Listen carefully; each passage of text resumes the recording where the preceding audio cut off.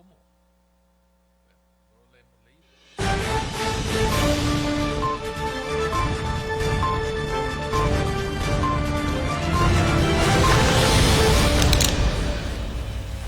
Es 12 de febrero, estamos en mesa de redacción, Impacto TV. Dice el dicho que tarde, pero seguro, ¿no? Tarde, pero seguro.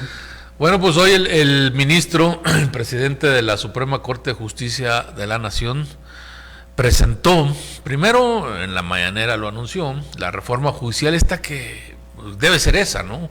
La que tantas vueltas ha dado durante tantos días. Primero la anunciaron ahí, la firmaron ahí, la firmó el presidente de la República, Andrés Manuel López Obrador, con el ministro Saldívar.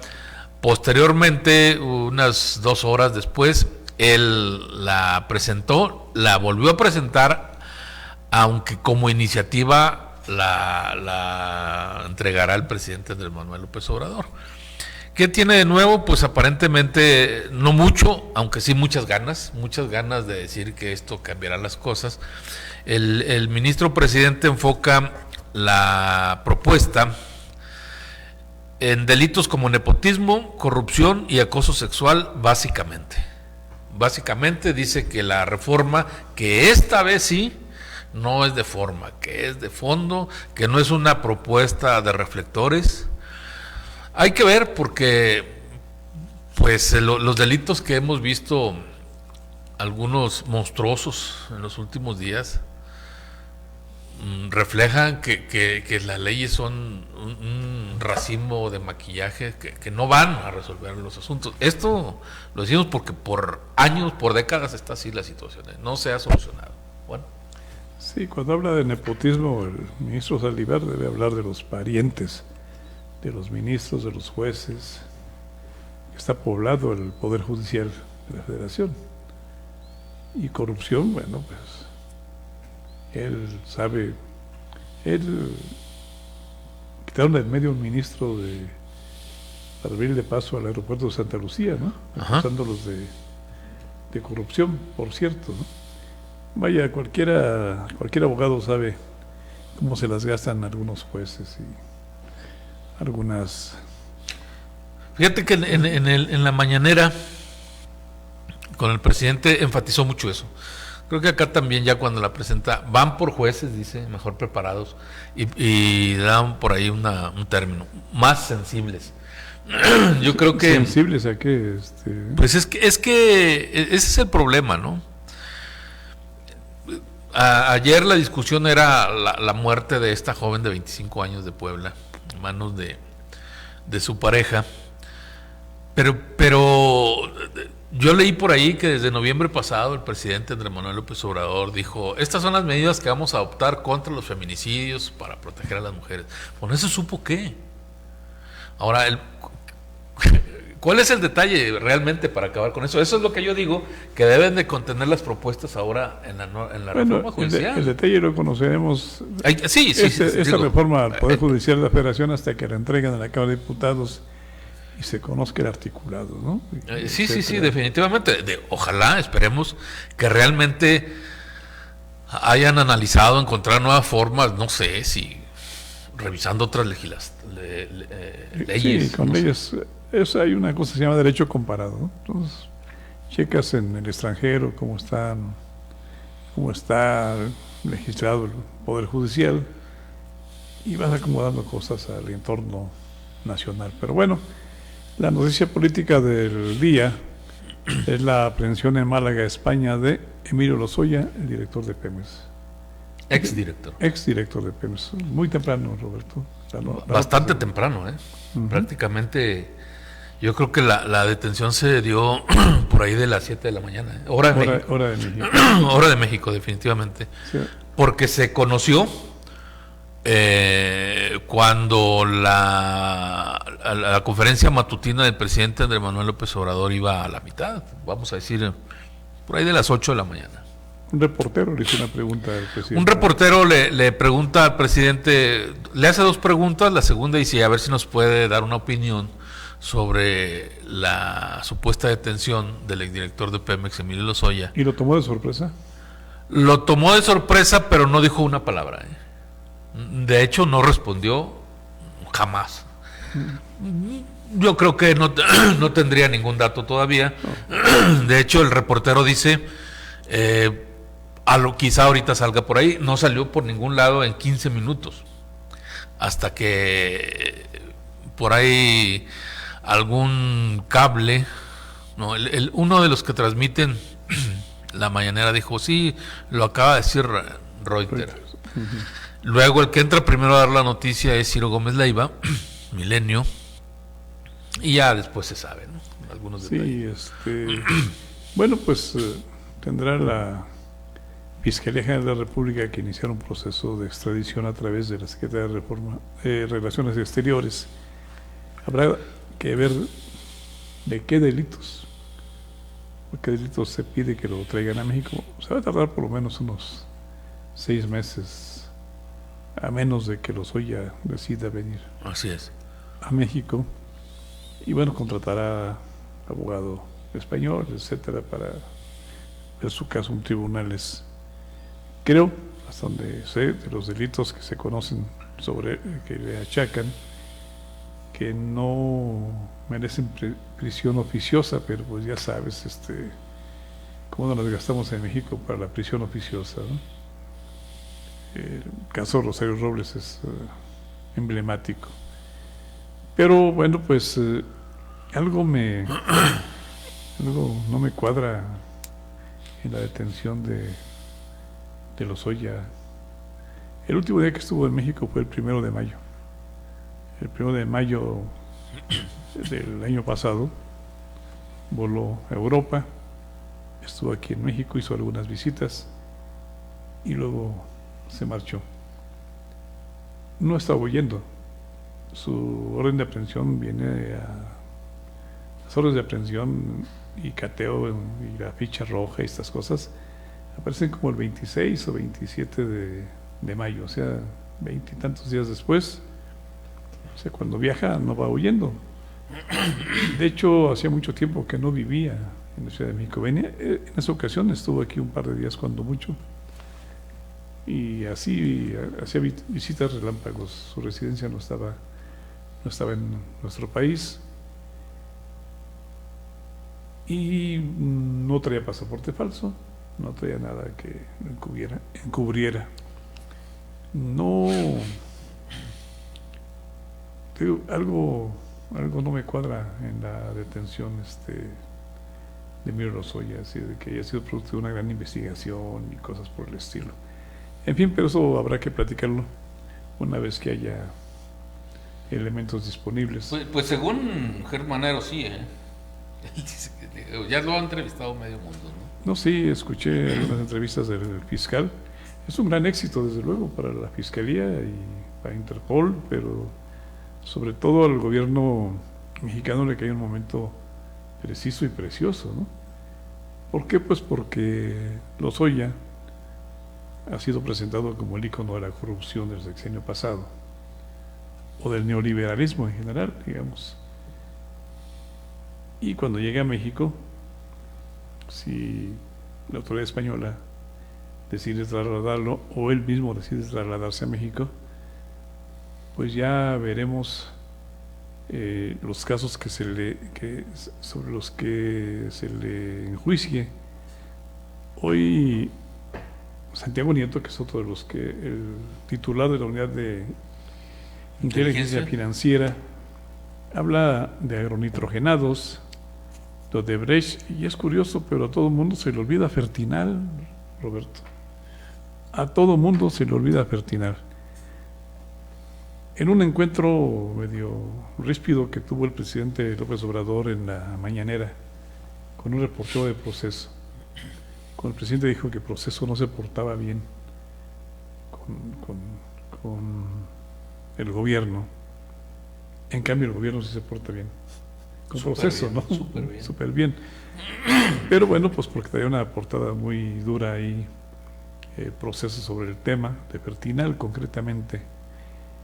Y el presidente López Obrador dijo algo que no es cierto, quizás por falta de información, no porque sea mentiroso. Dijo que él no que su gobierno no había iniciado ningún caso de estos de corrupción, que se persiguen de corrupción, y se refería a agronitrogenados. Bueno, pues la noticia es que el caso de corrupción de agronitrogenados se presentó el 5 de marzo del año pasado, es decir, ya ha iniciado el caso ya ha iniciado el sexenio del presidente López Obrador, es decir, sí ha iniciado, o sea, ahí fue impreciso el presidente. Pero lo más curioso es que la denuncia fue sobre un caso que se llama Fertinal, y agronitrogenados ocupa solamente 2 líneas o 3 a lo sumo en la denuncia que presentó la abogada general de Pemex y el consejero jurídico de la presidencia. ¿Y tú escuchas algo sobre Fertinal? En absoluto. Excepto lo que ha publicado Impacto y Proceso. El caso de Fertinal es muy importante. El agronitrogenado se hizo famoso porque el propietario de Altos Hornos, Ancira, fue aprendido en España y luego recuperó su libertad, pagó una fianza gigantesca, ¿no? Más de €1 millón, una cosa por el estilo. Creo que ya le abrieron las cuentas que estaban bloqueadas. Pero en el caso de Fertinal es un caso un tanto extraño, ¿no? ¿Por qué? Porque Pemex finalmente compra una empresa llamada Fertinal, a cuya compra se oponía a Lozoya por una razón fundamental: Pemex no tenía dinero. Así que el secretario de Hacienda, miembro del Consejo de Administración de Pemex, dijo que no había problema, que el dinero estaba a la mano. Y sí estuvo a la mano, prestó una parte NAFI y otra parte Nacional Financiera y la otra parte Bancomex. Curiosamente, Luis Videgaray era el presidente del Consejo de Administración de ambas instituciones. La compra de Fertinal sirvió para que el dueño de Fertinal, Máximo Covarrubias, le pudiera pagar lo que le debía Banco Azteca. Y en esa operación Banco Azteca prestó unos $50 millones más para completar el paquete de la deuda. Esos $50 millones fueron a parar a un fideicomiso del que todavía no hay noticia. Y bueno, el asunto es largo porque a la información que publicó Impacto, Proceso le añadió información que consiguió en Europa, Roberto, de empresas que se crearon en Suecia, así como las que se adjudican aquí a la estafa maestra, y que encuentras que la dirección está en Iztapalapa de la empresa, ¿no? Bueno, pues en un pueblito de Suecia se crearon algunas empresas, y hay hasta pagarés que se perdieron, pero que un juez dio por buenos. Así que es un asunto interesante. Yo creo que a mucha gente, a muchos no les va a convenir si Emilio Lozoya se presenta en México. Es lo que te iba a comentar, ¿no? En casos así, de esa magnitud, como dice la defensa, pues Lozoya no se mandaba solo. No, en el caso de Pemex concretamente hay que ser claros. Todo lo demás, ¿no? Hay que ser claros. En el caso de es que los 3 casos tienen que ver con Pemex: Odebrecht, agronitrogenados, Fertinal, y no sé si haya, no recuerdo si hay algunos más, pero en estos 3, digamos que Pemex tiene un consejo de administración, para empezar, en el que participa el secretario de Energía, que es el presidente del consejo de administración, el secretario de Hacienda, por lo menos, y otra serie de personajes.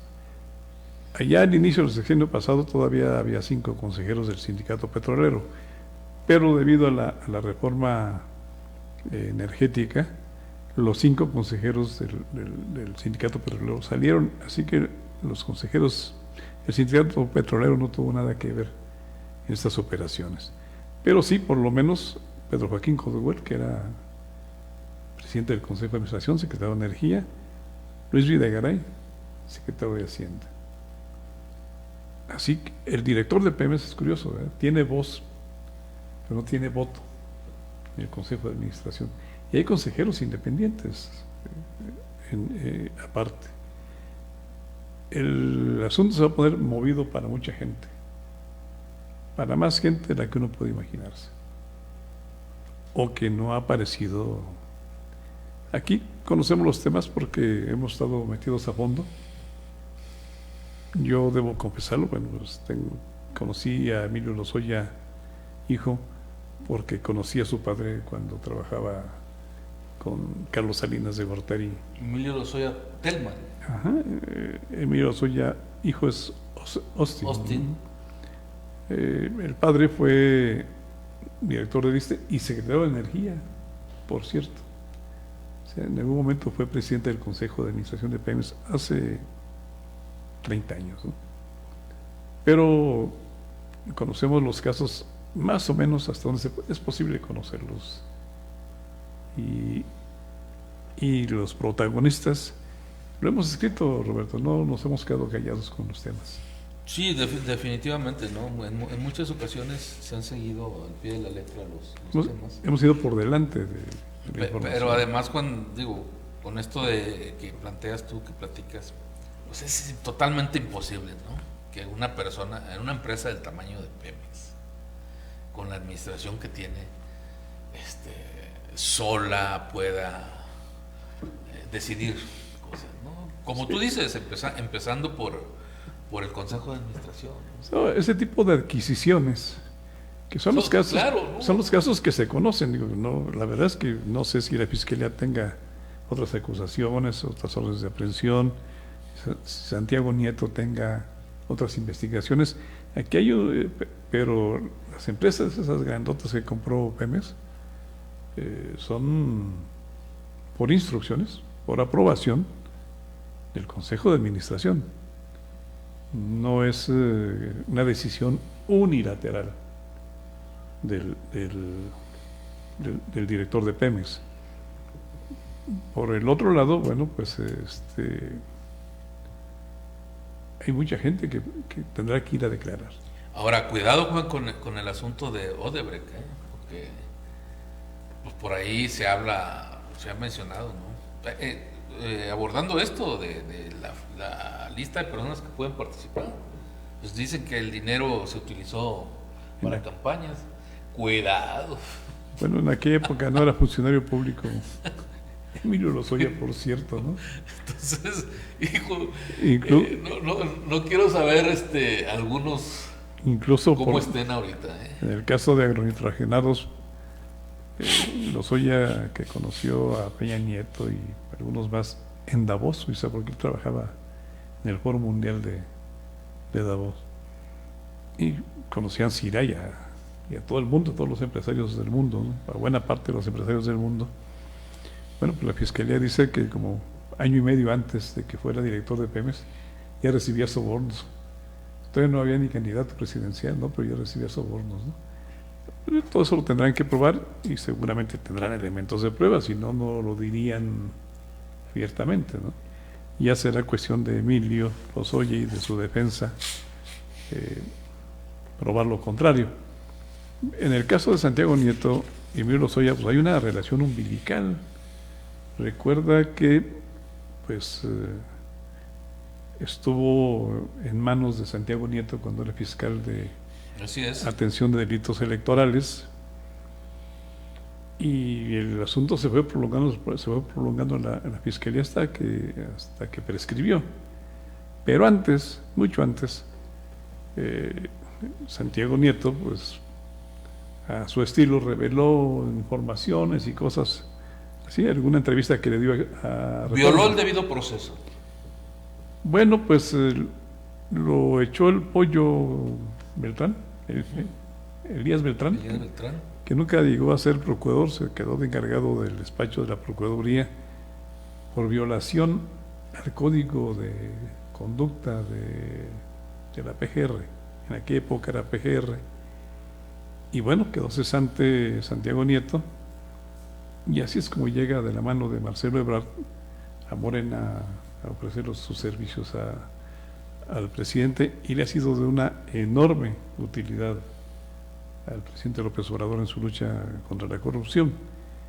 Bueno, pues ahí hay un asunto personal bastante personal, ¿no? porque el manejo de la información de esos meses fue acalorado, fue acalorado.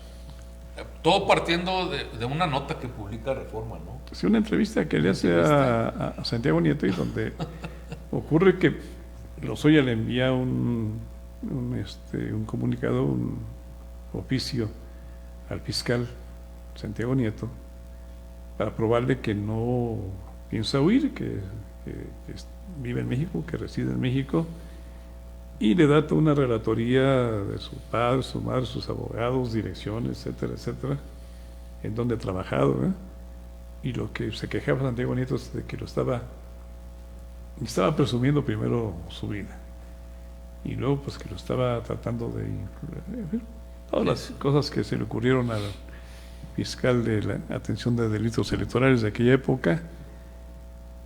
Y a raíz de eso entra una inconformidad de la defensa de Lozoya, y se desencadena todo lo que se desencadenó. Se presentó Emilio Lozoya a la Procuraduría, ¿te acuerdas? Tú fuiste a la conferencia de prensa de Emilio Lozoya. Sí. De hecho, le hiciste las primeras preguntas en aquella conferencia de prensa. A la defensa, a la abogada. Concretamente sobre Odebrecht, ¿verdad? Sí, claro, Jaime, sí. Bueno, recuerdo que fui a dos ruedas de prensa, no me acuerdo cuál era. La primera fue esa. Sí, en esa es la única ocasión que se ha presentado públicamente, conste que digo públicamente, porque podría platicar algunas otras cosas privadas, pero públicamente se presentó Emilio a pedir primero que le dijeran que contenía la carpeta de investigación, y se encontró con que la carpeta no tenía nada. Y ahí fue la conferencia de prensa a la que acudiste. Las preguntas, si recuerdo, fue: oiga, ¿y el dinero ese para quién? Ah, es cierto. ¿Para quién fue? Lo que estabas diciendo hace un rato. Sí. ¿Para usted o para la campaña de Enrique Peña Nieto? Efectivamente. ¿Verdad? Vaya, como ven, no hemos estado al margen del asunto. Ya casi para terminar, pues fíjate, Juan, que el día inicia con un resumen que hace Marcelo Ebrard como secretario de Relaciones Exteriores sobre los 8 meses que se cumplen de haber implementado el programa o el plan o la estrategia migratoria. Entonces, esa era la nota que iba a deslumbrar en el día. Marcelo da, ya sabes, ¿no? Las láminas, los videos, todo eso, y hay preguntas y da datos y todo, y bueno, pues uno emocionado porque tiene la nota esa. Y pues luego, antes creo que el ministro Saldívar anunció, pero el ministro Saldívar, después de la conferencia de prensa del presidente, es cuando desplaya todo lo que presentó de la reforma judicial. Entonces le gana, ya le había ganado también pues esta nota de Lozoya. Entonces Marcelo se quedó allá. No, bueno, y lejos, ¿no? El informe de Marcelo Ebrard es después de la reacción airada de Porfirio Muñoz Ledo en la visita que hacen los diputados, los coordinadores de fracciones parlamentarias a Tapachula, Chiapas, y se encuentra con que las instalaciones del centro donde tienen metidos a los migrantes olía pintura fresca, tocabas las escaleras y se te quedaban las manos pintadas como las giras de la época de Echeverría, ¿no? Así. ¿Que las acaban de pintar o qué? Sí, dijo, esto es un maquillaje, es una burla, y como no lo permitieron el ingreso de periodistas, dijo además Porfirio que un atentado contra la libertad de expresión, para que los periodistas no se dieran cuenta de lo evidente, de que habían pintado, habían dejado. Y luego Mario Delgado dijo, bueno, creo que algunos aquí se han molestado porque acaban de darle mantenimiento a las instalaciones de la estación migratoria. O sea, que si no hubieran ido los legisladores... No, nada. Nada, no pintan. Ni pintan, ni nada. Ni pintan, ni se despintan. Se despintan. Bueno, pues se nos fue el tiempo, Juan. No, bueno, es que el asunto de Emilio Lozoya va a darnos para... ¿Cuánto tiempo crees? Va a darle al presidente para sus próximas mañaneras. Sí, bueno, y en este momento las informaciones son de que vivía en Málaga, digamos, y se ve luego el mar, el sol, padre. En Costa del Sol es Málaga. Que lo llevaban esposado, todos los datos estos que son necesarios en las notas periodísticas y que cualquier jefe de redacción, bueno, pues le exige a sus reporteros tener a la mano, ¿verdad? Digo, de eso no hay que asustarse. Eso es absolutamente normal en periodismo. Bueno, pues. No, mañana. Nos vemos mañana.